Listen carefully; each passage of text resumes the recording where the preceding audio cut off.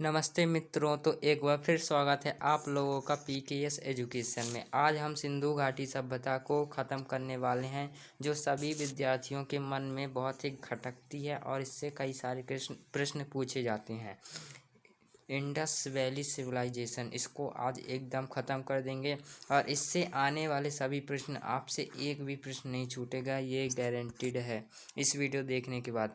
तो इस वीडियो को लास्ट तक अंत तक बने रहिए और चैनल को सब्सक्राइब जरूर कर दीजिए। तो चलिए स्टार्ट करते सिंधु घाटी सभ्यता से। हम जानते हैं सिंधु घाटी जो सभ्यता थी वो सबसे पुरानी सभ्यता में मानी जाती, सबसे पुरानी सभ्यता मानी जाती है। तो सिंधु घाटी सभ्यता का अर्थ क्या है? तो सिंधु घाटी सभ्यता को सिंधु घाटी सभ्यता ही क्यों कहा जाता है? तो देखिए, सिंधु घाटी सभ्यता कहाँ बसी थी? सिंधु नदी के किनारे बसी थी। ठीक है ना, सिंधु नदी के किनारे बसी थी। और घाटी किसे कहते हैं? घाटी जो पहाड़ों की जो बीच से होती है, इसे घाटी कहते हैं। और सभ्यता अपनी संस्कृति को दर्शाती है। तो सिंधु घाटी सभ्यता इस प्रकार नाम पड़ा क्योंकि वह सिंधु नदी के किनारे बसी थी। ठीक है ना, और घाटी के रूप में थी वो। सिंधु घाटी सभ्यता को हम कई नामों से जानते हैं, जैसे कि हड़प्पा सभ्यता हो गई, कांस्य सभ्यता, प्रथम नगरी सभ्यता थी ये। अच्छा, इसे कांस्य सभ्यता क्यों कहा जाता? क्योंकि यहाँ जो है कांस्य का उपयोग सबसे पहले हुआ था। कांस्य का उपयोग सबसे पहले हुआ था, इसीलिए इसे कांस्य सभ्यता भी कहा जाता है, कांस्य सभ्यता कहा जाता है। ठीक है, नगरी सभ्यता हो गई अपनी। और संस्कृति सरस्वती सभ्यता, सरस्वती सभ्यता क्योंकि इधर सरस्वती नदी भी थी, इसीलिए इसे सरस्वती सभ्यता भी कहा जाता है। और सुमेरियन सभ्यता भी इसे कहा जाता है, सुमेरियन सभ्यता की बेटी भी कहा जाता है। ये सभी सभ्यताएं सिंधु घाटी सभ्यता को ही कहा जाता है। इसके अलग अलग नाम हैं, इतने सारे इसके नाम हैं। अब चलते हैं आगे, अपन देखते हैं। देखिए, सिंधु घाटी सभ्यता का आकार कैसा, ये हर एग्जाम में पूछा जाता है। तो उसका आकार त्रिभुजाकार है, आप देख सकते हैं। मैं आपको पीडीएफ में दिखा रहा हूँ। ये इसका आकार जो है त्रिभुजाकार है, ये त्रिभुज के जैसे इसका आकार है, इसे ठीक है ना। हम नेक्स्ट चलते हैं सिंधु घाटी सभ्यता के समकालीन सभ्यताएं, मतलब कि अब सिंधु घाटी सभ्यता के समकालीन सभ्यताएं क्या, इसका अर्थ क्या है? तो आई जानते हैं। जैसे कि सिंधु घाटी सभ्यता जब आई थी, पैदा हुई थी, तो उसी के साथ में और कौन कौन सी सभ्यताएं विकसित हुई थी, उन्हीं को सिंधु घाटी सभ्यताएं कहते हैं। मतलब कि सिंधु घाटी सभ्यता के साथ साथ जो सभ्यताएं थी वो जो कौन कौन सी थी? पहली थी अपनी चीन की सभ्यता, जो कि वांगहा नदी के किनारे बसी थी। कहाँ? हांगो नदी के किनारे बसी थी, वांगो नदी के किनारे। ठीक है ना, चीन की सभ्यता वांगो नदी के किनारे बसी थी। मिस्र की सभ्यता थी दूसरा, जो कि नील नदी के किनारे बसी थी। और मेसोपोटामिया की सभ्यता, जो कि दजला और फरात नदी के किनारे बसी थी। ठीक है ना, तीन सभ्यता थी जो सिंधु घाटी सभ्यता के समरूप थी। कौन कौन सी सभ्यता थी? तो पहली थी अपनी चीन की सभ्यता वांगो नदी के किनारे, मिस्र की सभ्यता नील नदी के किनारे, और मेसोपोटामिया की सभ्यता जो कि दजला और फरात नदी के किनारे बसी थी। अब नेक्स्ट चलते हैं अपन सिंधु घाटी सभ्यता की खोज। आइए, ये मेन पॉइंट आप आ गया है कि जैसे कि सिंधु घाटी सभ्यता की खोज किसने की। तो देखिए, सिंधु घाटी सभ्यता की जो खोज करता थे, पहली बार उनकी खोज की थी, पहली बार 1826 में चार्ल्स मैसन ने की थी। चार्ल्स मैसन ने 1826 में इसको देखा था। इनको पुरानी ईंटें मिली थी, लेकिन उन्होंने ज़्यादा ध्यान नहीं दिया। ठीक है ना, और फिर 1856 में पहली बार कनिंघन ने सर्वेक्षण किया। तो सर्वेक्षण किया तो इन्हें क्या, मतलब कि इन्होंने इसको महत्व नहीं दिया। इनको मिल गई थी सिंधु घाटी सभ्यता के कुछ अवशेष मिले थे, लेकिन इन्होंने जो कि उसको महत्व नहीं दिया। फिर 1856 में बर्टन और बंधुओं ने हड़प्पा सभ्यता की सूचना जो की है सरकार को दी थी। सरकार को सूचना दी थी बर्टन और बंधुओं ने। ठीक है ना, अपन एक बात और कि कनिंघन को एक और मान जाता है। कनिंघन एक प्रसिद्ध व्यक्ति हैं जिसे भारतीय पुरातत्व का जनक कहा जाता है। कनिंघन को भारतीय पुरातत्व का जनक कहा जाता है। इसको मैं अलग से लिख देता हूँ। कनिंघन को भारतीय पुरातत्व का जनक कहा जाता है। ठीक है ना, भारतीय पुरातत्व का, मैं जल्दी जल्दी लिख रहा हूँ तो इसमें राइटिंग और अच्छा थोड़े गलत हो सकते हैं, लेकिन कंटेंट पर ध्यान दीजिएगा। सो जो पीछे था, कनिंगन जो है भारतीय पुरातत्व के जनक माने जाते हैं, और इनकी खोज 3 प्रकार से हुई भारत सिंधु सभ्यता की, ठीक है ना।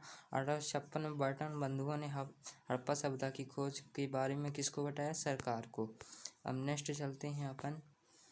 अब ये जानते हैं कि सिंधु घाटी सभ्यता का समय काल क्या है। सिंधु घाटी सभ्यता का समय काल जो माना जाता है वो माना जाता है 2500 से 1750 BC। 1750 BC माना जाता है, इसका जो है काल माना जाता है 1750 BC माना जाता है, ठीक है ना। तो 1750 BC माना जाता है। ये किसके द्वारा माना जाता है? ये किसने दिया? ये दिया मार्शल ने। मार्शल ने कहा कि जो सिंधु घाटी सभ्यता आई थी वो इसमें, मार्शल ने कहा कि सिंधु घाटी सभ्यता इसमें आई थी, इस 2500 और 1750 के बीच में थी, ठीक है ना। तो थोड़ा और जानते सिंधु घाटी सभ्यता के बारे में, जैसे कि सबसे प्राचीन जो नगर हुआ सिंधु घाटी सभ्यता में, जिसकी खोज हाल ही में 2014 में हुई है। 2014 में सबसे प्राचीन जो रहा वो कौन था? वो था भिड़राड़ा था। इसकी थोड़ी वो है, कठिन शब्द है, इसको मैं लिख दे रहा हूँ। भिड़राड़ा था ये, भिड़राड़ा, जो कि सबसे प्राचीन 2014 में इसकी खोज हुई है हाल ही में। जो आप जानते हैं जो क्षेत्रफल क्या था सिंधु घाटी सभ्यता का क्षेत्रफल कितना माना जाता है? क्षेत्रफल 12,99,600 माना जाता है। 12,99,600 माना जाता है सिंधु घाटी सभ्यता का वर्ग किलोमीटर माना जाता है, ठीक है ना। वर्ग किलोमीटर माना जाता है। 12,999,600 माना जाता है, ठीक है ना। अब इसकी बात करें तो इसका आकार कैसा था? आकार मैंने बताया, आकार इसका कैसा था? त्रिभुजाकार आकार जो था, त्रिभुजाकार। इसका समाज कैसा था? समाज कैसा था? समाज मात्र सत्तात्मक था। मात्रा की बात सब कोई मानते थे, मात्र सत्तात्मक था। और इनकी जो लिपि थी, मेन जो लिपि थी वो लिपि थी भाव चित्रात्मक थी, ठीक है ना। और ये पूजा करते थे तो किसकी पूजा करते थे? तो ये पूजा करते थे पशुपति की पूजा करते थे, और करते थे मातृ देवी की पूजा करते थे। मातृ देवी किन्हें कहा जाता था उस समय? उर्वरकता की देवी को मातृ देवी कहा जाता, ठीक है ना। और पवित्र पशु क्या माना जाता था इधर? पवित्र पशु माना जाता, आप बताइए इसका आंसर क्या होगा? पवित्र पशु जो है इसका क्या था? पवित्र पशु था इनका कुबड़ का बैल, कुबड़ का जो था बैल था, कुबड़ वाला बैल जो था इनका पवित्र पशु माना जाता था, ठीक है ना। अब एक मुख्य चीज़ कि सिंधु घाटी सभ्यता में 2 टीले थे। देखो पहला टीला इस तरह था, देखो पहला ये टीला था, ये कौन सा टीला था? और ये टीला था, ठीक है ना। इस टीले में जो थे श्रमिक वर्ग रहते थे, श्रमिक लोग इस टीले में रहते थे, और उच्च वर्ग के लोग इस टीले में रहते थे, ठीक है ना। तो 2 टीले थे इसमें, और इसमें उच्च वर्ग के रहते थे, उसमें निम्न वर्ग के रहते थे। इन्हें वेस्ट टीला कहा जाता है, और इसे ईस्ट टीला कहा जाता है, ठीक है ना। इसे पूर्वी टीला कहा जाता है, ठीक है ना। और जो एक और थी धौलावीरा जिसमें 3 टीले थे। धौलावीरा थी एक, धौलावीरा जिसमें 3 टीले थे, 1 टीला, 2 टीला और 3 टीला, ठीक है ना। 3 टीला थे। इसमें पहला दुर्ग था, और दूसरा मध्यम वर्ग के लोग रहते थे, और तीसरा में निचले लोग रहते थे, ठीक है ना। तो आपको मुख्यतः धौलावीरा याद रखना, और ये याद रखना, इसमें देखो उच्च वर्ग के लोग और श्रमिक वर्ग के लोग रहते थे, ठीक है ना। अब नेक्स्ट चलते हैं अपन। सिंधु घाटी सभ्यता की हम भौगोलिक स्थिति को जानते हैं। देखो, जो उत्तरी सीमा थी वो कहाँ से जाती थी? उत्तरी सीमा जाती थी मादा, जम्मू कश्मीर और जो था चिनाब नदी के किनारे था, चिनाब नदी के, ठीक है ना, चिनाब नदी के किनारे। और फिर ये पश्चिमी सीमा तुकगेड़ो दशक नदी, ठीक है ना, बलूचिस्तान में थी, जो कि पाकिस्तान, ठीक है ना। आलमगिरी हिंडल नदी, ये हिंडल नदी किनारे था, ये पूर्वी सीमा थी, ठीक है ना। दयामाबाद अहमदाबाद अहमदनगर और महाराष्ट्र गोदावरी नदी के किनारे था, ठीक है ना। जो ये थे मतलब कि पाकिस्तान में थे, ये पाकिस्तान में था, ठीक है ना। पाकिस्तान में, ये याद रखिएगा, ये प्रश्न पूछा जाता है कि पाकिस्तान में कौन था, तो पाकिस्तान में था सुत कांगड़ेड़ो, ठीक है ना। अब नेक्स्ट चलते हैं अपन, इन चारों को आप कैसे याद रखेंगे? याद तो आप रख नहीं सकते, ठीक है ना।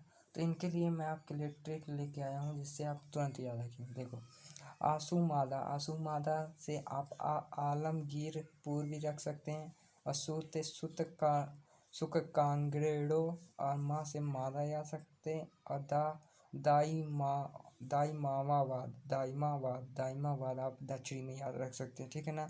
ये एक मेरी तरफ से आपके लिए छोटी सी ट्रिक थी, और अगर ट्रिक अच्छी लगे तो मेरे चैनल को सब्सक्राइब जरूर करें। अब नेक्स्ट चलते हैं खोजों के बारे में, जो कि हड़प्पा सभ्यता की खोज 1900 उखनन मतलब कि उसको खोजा गया 1921 में, और किसने?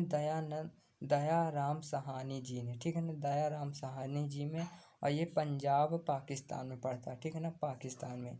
और मोहनजोदड़ो को 1922 में रखलदास बनर्जी ने किया था, ठीक है ना, और ये भी पाकिस्तान में पड़ता है।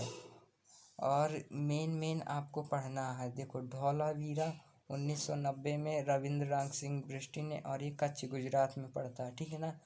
और आपका आलमगीरपुर यज्ञदत्ता शर्मा जी ने किया था, और ये मेरठ उत्तर प्रदेश में पड़ता है। और कालीबंगा आलमनंद घोष हनुमानगढ़ में है ये इस समय, ठीक है ना। आपको मेन याद रखने हैं इसमें। आप चलते हैं नेक्स्ट के, तो फ्रेंड्स इस वीडियो में इतना ही। इससे आगे सिंधु घाटी सभ्यता में कोई भी प्रश्न नहीं पूछेगा, और नेक्स्ट सिंधु घाटी सभ्यता के ऑब्जेक्टिव मैं लेके आने वाला हूँ नेक्स्ट वीडियो में। तो मेरे चैनल को अवश्य सब्सक्राइब कर लें, और ये वीडियो कैसी लगी आप कमेंट में ज़रूर बताएं। तो फ्रेंड्स, जब तक के लिए धन्यवाद, मिलते हैं नेक्स्ट वीडियो में MCQ के साथ।